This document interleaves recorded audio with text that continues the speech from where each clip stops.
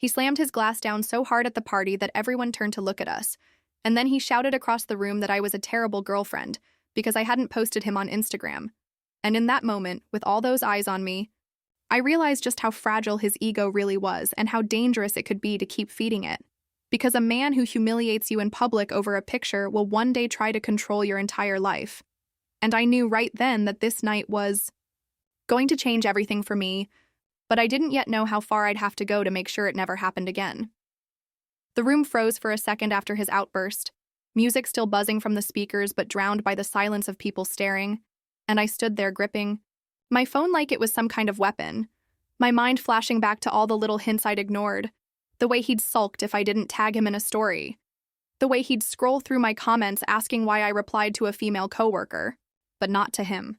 And I had told myself it was insecurity that would fade, but now I saw it for what it was. Control dressed up as affection, a need to perform our relationship like a stage show, and I realized this party wasn't just a gathering of friends. It had turned into a stage where he wanted to make me the villain, and as his friends looked between us, some smirking, some whispering, I felt a sharp heat in my chest that wasn't shame. It was anger, pure and steady. And I thought, fine. You want an audience? I'll give you one, just not the kind you're expecting. So I stood there in that crowded living room, paper lanterns hanging from the ceiling, empty beer bottles lined up along the counter, music stumbling back into rhythm after the awkward pause.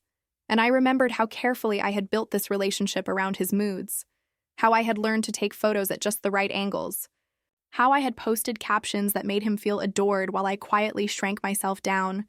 And it hit me that every like and comment was a currency I had been paying into his fragile sense of worth.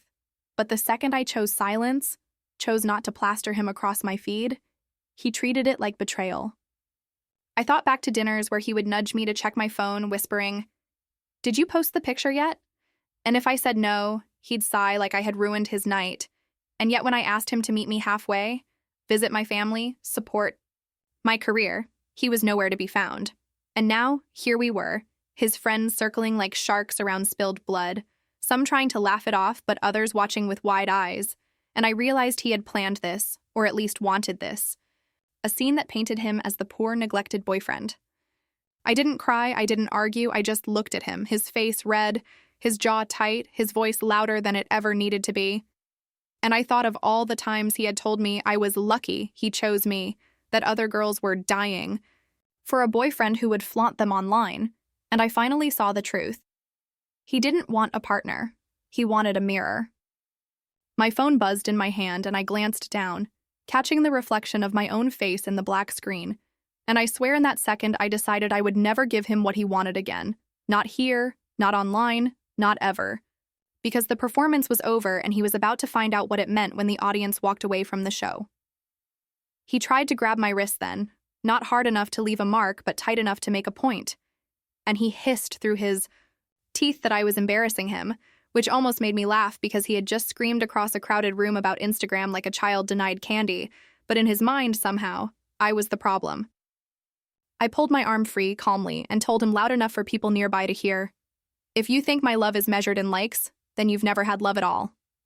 And the way the room reacted, little gasps, whispers, even a muffled laugh, made his face go pale under the colored party lights. I could see it crumbling in him, the perfect image he had crafted, and suddenly memories flooded me. The time he insisted we retake a photo 15 times at the beach because his jawline didn't look sharp enough. The night he ignored me at dinner just to argue with strangers online who didn't respect our couple goals. The mornings he'd sulk because I didn't reply to his good morning text fast enough, even though I was standing right there making us coffee. All of it was leading to this boiling point, and the ugliness of it was now public, exposed. His best friend, the host of the party, gave me a sympathetic glance, one of those quick flashes that said he'd seen this before, that maybe everyone had, and it dawned on me that this tantrum wasn't shocking to them. It was just the first time he'd lost control of how it looked. I steadied myself, shoulders back, and decided right then not to retreat, not to cover for him later with some excuse about stress or too much to drink. Instead, I turned the phone in my hand, screen lighting up my face, and for the first time in this relationship, I chose not to hide. I walked to the middle of the room, lifted the phone, and started scrolling. Through our messages, screenshots I had saved, not because I planned revenge back then, but because I knew one day the truth would need evidence.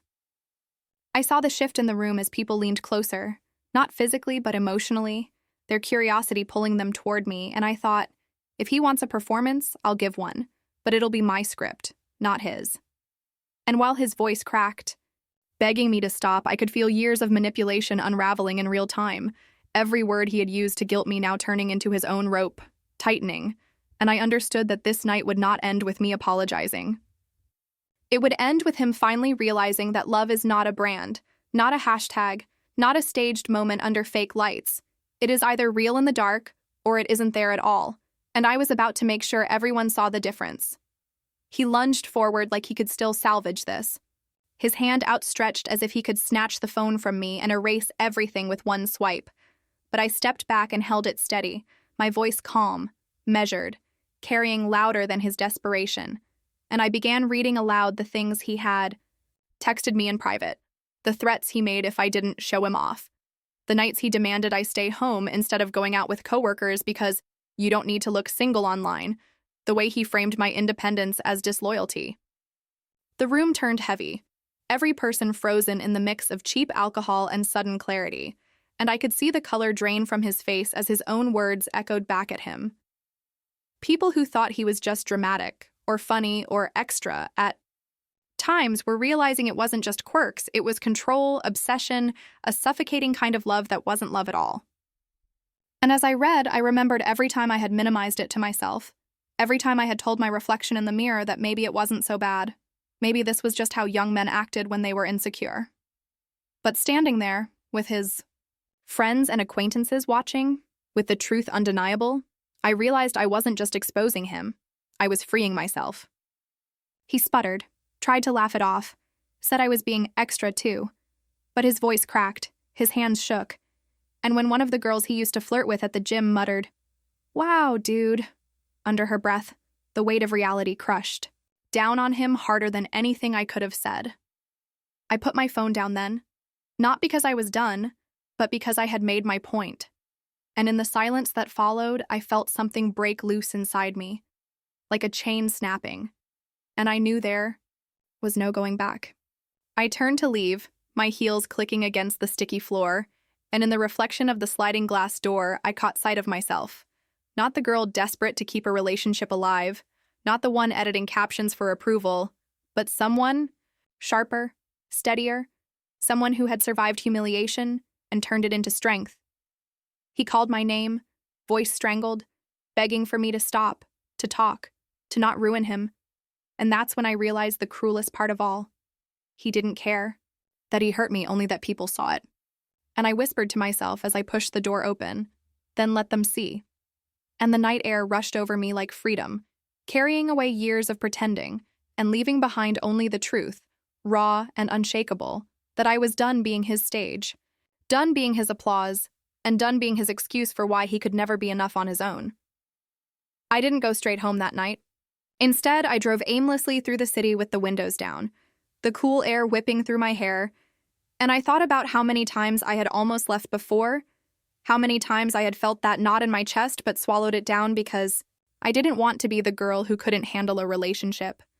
I thought about the way he'd charm strangers, compliment baristas, hold doors for older women, then turn around and sulk because I hadn't liked his newest post within 5 minutes of it going live. It wasn't about love, it was about ownership.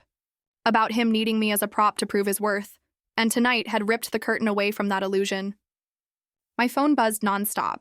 Calls, texts, messages from people who had been at the party, some apologizing for laughing, some saying they'd had no idea, and I realized how isolating it had been to carry all of this alone. For months, I had convinced myself that if I just adjusted, if I just made him feel secure, it would get better. But what happened instead was, I disappeared piece by piece. He had trained me to believe his moods were my responsibility, that his tantrums were my fault, and I carried that weight until tonight, until I finally set it down in the most public way possible. And while part of me wondered if I had gone too far, another part, the stronger part, knew I had simply told the truth. And the truth should never be treated like a crime. I remembered the first time we met, how effortlessly charming he seemed, how proud I felt to walk into a room with him, and I grieved for that version of myself, the one who thought attention meant affection, who confused jealousy with passion. But grief quickly shifted into something sharper, cleaner: resolve. Because I knew this wasn't just about him, it was about me reclaiming every part of myself I had handed over for the sake of being chosen. He called again, his name lighting up my phone screen, but instead of answering, I let it ring, listening to the sound fade into silence. And I realized that silence was something I had been starved of, something he never allowed me to have. Now, it was mine, stretching out in front of me like an open road, and with every mile I put between us, I felt lighter, like I was driving not away from him but back toward myself, toward the girl who once loved freely without fear of performance, toward the woman I was finally becoming, unfiltered, unashamed, and entirely my own. The next morning, I woke up to dozens of notifications, my phone buzzing like a hive, and for a second I almost panicked, worried that I'd somehow done something wrong. But then I saw the messages, screenshots people had taken of him storming out of the party, the whispers already circulating that he had lost it, and texts from his own friends telling me quietly, "You did the right thing." He, on the other hand, was relentless. Paragraphs about how I had humiliated him, begging me to delete what I'd said, swearing he could change if I just gave him one more chance, and then shifting into anger, accusing me of ruining his reputation as though that mattered more than what he'd done to me. I didn't respond. I sat on my balcony with a mug of coffee, watching the sunlight stretch across the buildings, and I realized it had been months, maybe longer, since I had felt this kind of peace, this stillness without the constant weight of his expectations, pressing down on me. But the peace was fragile because underneath it was a quiet rage at myself for staying so long, for excusing so much, for believing his promises when every action told me otherwise. Still, instead of drowning in regret, I opened my laptop and began writing, not to him, but to myself, detailing every incident, every red flag I had brushed aside, every moment where I had chosen silence over confrontation, because I needed to see it laid out clearly, needed to remind myself that leaving wasn't weakness. It was survival. And as the list grew longer, more damning, I realized something that sent a strange shiver through me. If he was this reckless in public, how far would he have gone in private if I kept giving him the stage? My stomach turned at the thought.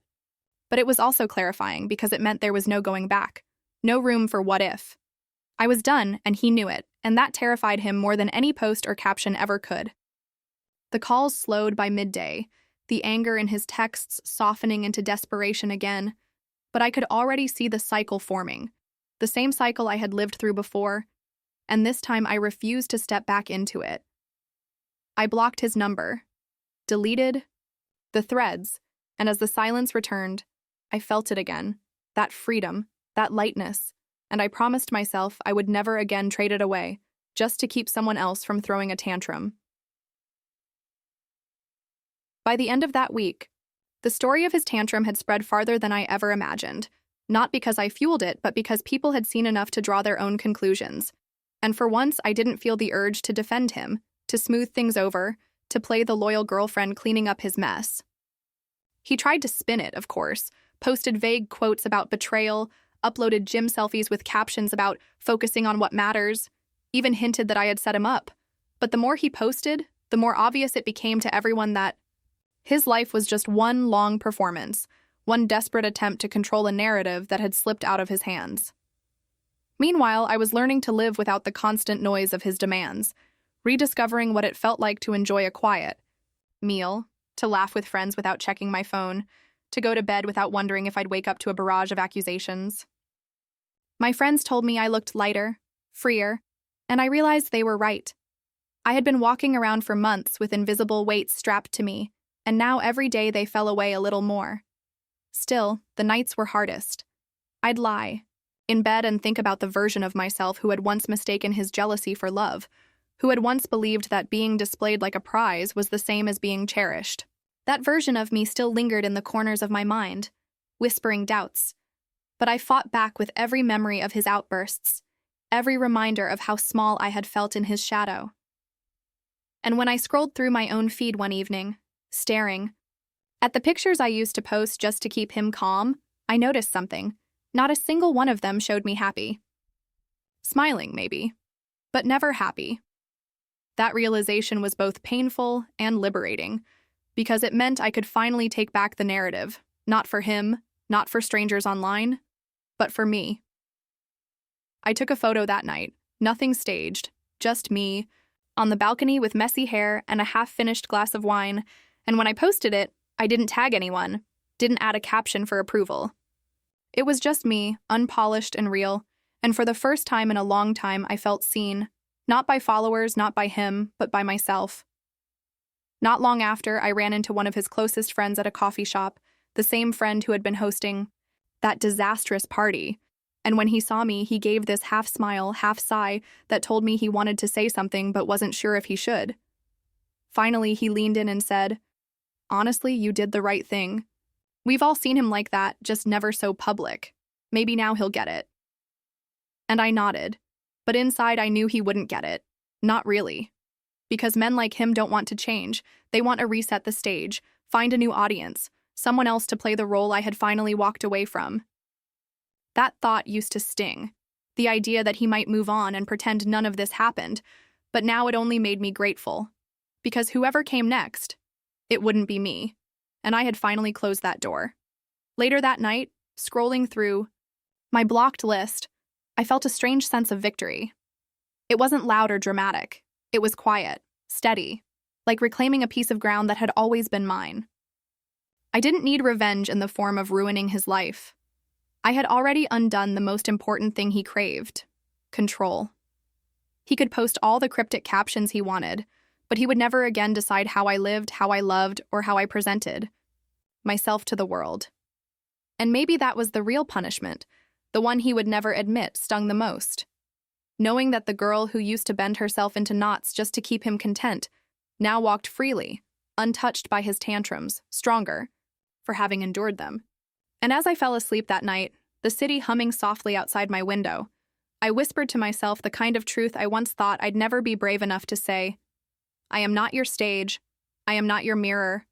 I am not your proof of worth. And I never will be again.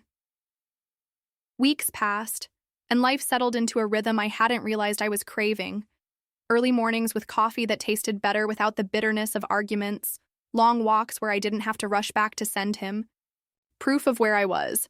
Dinners with friends where I laughed so hard my cheeks hurt, and nobody demanded I capture it for the internet. He faded from my daily thoughts, though every so often his name would pop up indirectly. Someone mentioning they'd unfollowed him because his posts were unbearable, or hearing through the grapevine that he was already trying to date someone new, showering her with the same over-the-top gestures he once used on me. I almost felt sorry for her, almost wanted to warn her, but then I stopped myself, because I knew that part of my healing was letting go completely, not carrying the burden of saving anyone else from what I had already escaped. Instead, I focused on me. I started journaling again, something I had abandoned when every private thought risked being questioned, and in those pages I poured out both the anger and the relief, the shame and the pride, until slowly the words began to sound less like survival and more like growth. My reflection shifted too. I noticed the tension gone from my jaw, the light returning to my eyes, and it hit me one morning as I caught my own smile in the mirror. I had built myself a life he no longer had access to, and that, more than any public humiliation or lost followers, was the final act of power. He could tell his version of the story 1,000 times, but I no longer lived inside it. My story was mine again, and for the first time in a long time, it was a story I was proud to keep writing.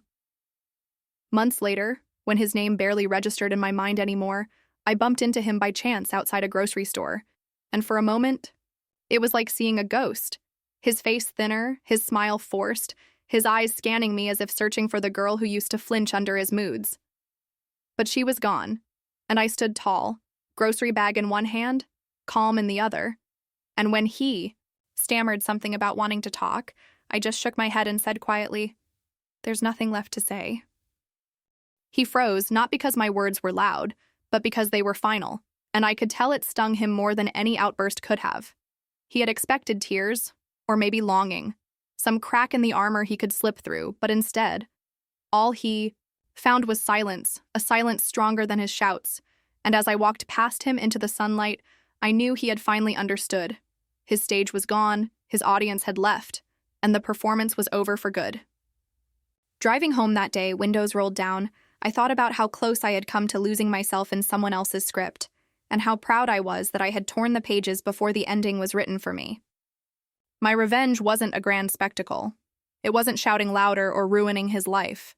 It was living mine, fully, freely, without him. And sometimes the sweetest revenge isn't in destroying someone else's world, but in building your own, stronger than they ever believed you could. So here I am, unshaken, unfiltered, whole again. Do you think I went too far or not nearly far enough? Tell me in the comments, and don't forget to subscribe.